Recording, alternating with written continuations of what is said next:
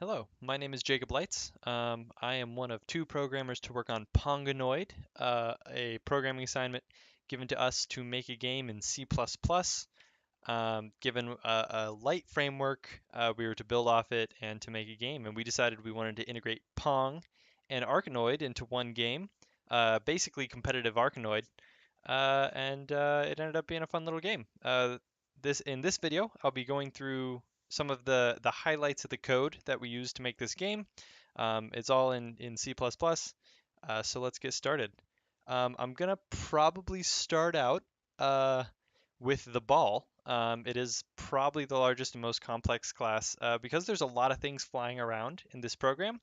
We used managers for almost all of the different objects in the game, just sort of to make sure that all the interactions happened simply and they were all globally accessible. We're using singletons for the managers, so we can grab them anywhere, get reference to all the other balls and all the other things in the field, and figure out what's going on from there. So I'm going to start with the ball. The ball in Arkanoid starts out parented to a paddle, shoots across, and has semi-different behavior based on different power-ups that are collected. If the player collects the green power-up, the ball will stick. If they own the ball, that ball will stick to their paddle until they shoot it back off. The ball can split into multiple balls. The balls speed up over time. They break bricks, of course, and they collide off of everything, and that's the behavior. So let's jump into it. So because this is competitive Arkanoid, we have to have different colored balls. Each player owns their own color of balls. It doesn't really matter for the scoring. If any ball gets past you, your enemy gets a point. But we want to keep track of which ball is whose for aesthetics, and there are certain things that changes. When you split balls that you own and not that the opponent owns. When you grab balls that you own and not your opponent owns. So it's important knowledge. When we create the ball, we have a little state here that determines whether the ball is in a start state, a play state, or in a captured state. Um, Captured and start are similar in that they follow the paddle that they're caught by. Um, as you see here, um, we'll set we'll get the paddle we're caught by, and we'll update to its location.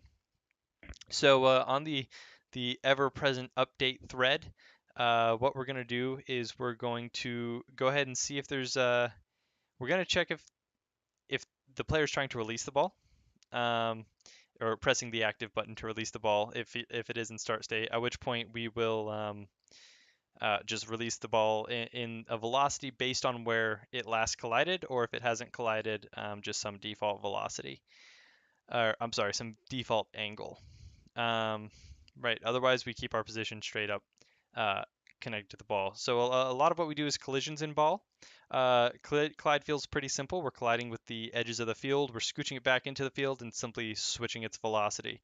If we collide with a player, um, it's a very similar process. We have to check which player we're colliding with, because that changes the y-axis that we're bouncing off of.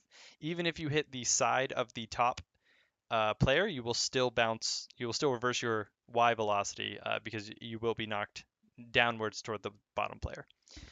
Um, right, so we had to do some math here to figure out exactly what part of the player we're colliding with to sort of get the right angle, and then it's a simple distance check to figure out the angle that we're going to bounce off of. The distance from the center tells us what angle we're going to bounce off of. Even if we're going really hard to the left, if we bounce off the right side of the paddle, we go really hard to the right. We have a little track we keep track of what we hit. If we've hit 3 paddles and/or bricks, we will then speed up to maximum, and we'll reset our little counter. And if we have hit a player with a catch state with that power up, then we do actually get caught. And of course, we play a sound in the sound manager. For colliding with a dead zone, this one's pretty simple. The moment we hit the dead zone, the ball is dead, and we need to increment the score. Yep, and this is the same thing, changing the actual angle. This is what I was talking about earlier, changing the angle based on how far we are from the center, and just flipping the x velocity if we're on the left or on the right side. And right, and changing the y velocity based on what player we collide with. Very similar logic for colliding with blocks. Render, we're simply rendering the ball. Balls don't really change colors or anything. Splitting the ball. So there's a power up that allows you to split the ball into 3 different balls. And here we're just grabbing the angle we want to split it by, um, rotating the balls positive and negative in that direction, and keeping the original ball and just spawning more balls heading in those directions. And setting COD is just getting the reference, choosing which angle, or I'm sorry, which side we're on based on which player has caught us, and keeping the ball updating.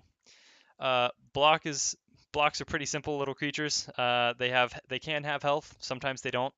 Um, that's pretty much it. If they die, they have a chance to spawn a power up. The block manager is interesting. We actually have all the blocks laid out at all times, and we simply use a mapping based on level to enable them or disable them uh, based on uh, level format.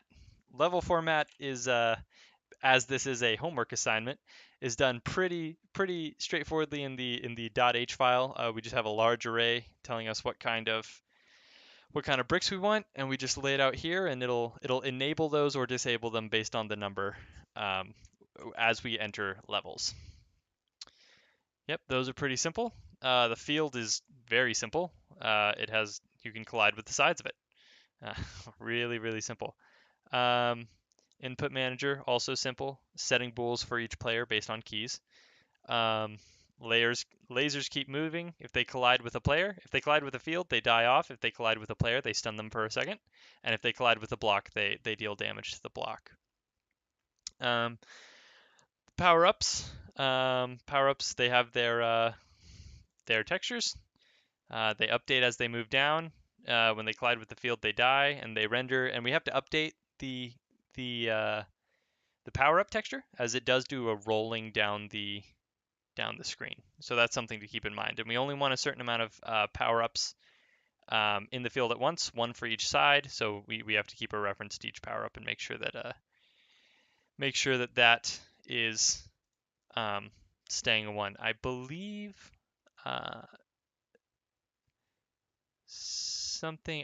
if the number of blocks number of blocks gets set to 0, we do go into instant death mode, which you'll see in the gameplay video, and we'll start spawning ball multipliers up and down to each player to sort of finish off the game.